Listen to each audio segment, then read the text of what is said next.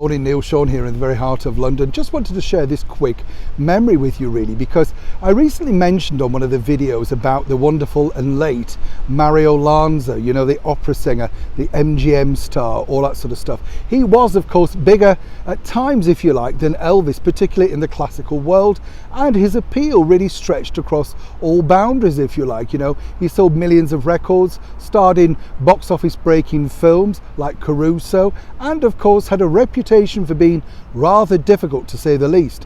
In fact, Louis B. Mayer, his boss at MGM, really found it very difficult to control Mario, and if you read those in accounts, it was a sort of hit and miss as to whether Mario would ever keep his contract at MGM. And you have to remember, of course, not only was Mario Italian, fiery, good looking, and had problems with his weight, but not only that, but he had battles with other superstars of the day, like the brilliant Frank Sinatra. You have to remember that everybody was battling for chart places, no matter who they are. Which got me thinking, of course, about when I was lucky enough to interview his daughter, Eliza Lanza. She came into the studio for a wonderful chat, and it was all regarding a book about her late father.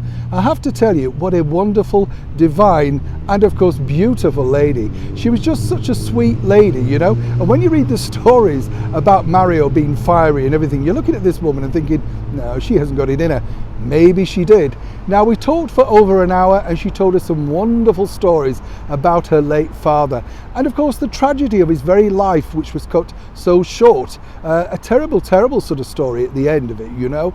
But of course his music truly does live on. I mean, people still buy Mario Lanza CDs, streaming, Spotify, all that sort of stuff. He's big, if you like, more so than ever.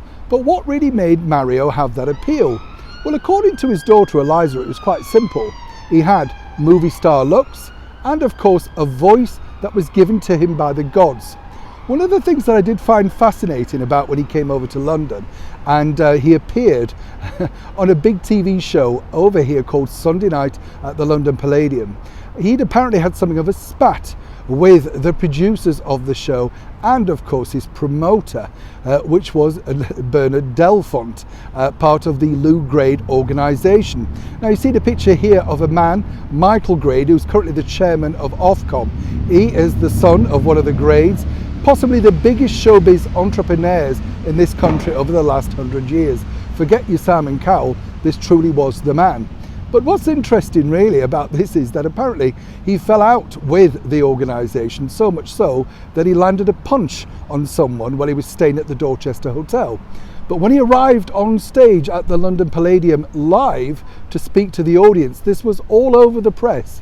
Mario flipped on the charm and said, listen, I'm talking to you now. I'm not talking to my publicists, my manager, my promoters, you, the beautiful people of the United Kingdom and the rest of the world.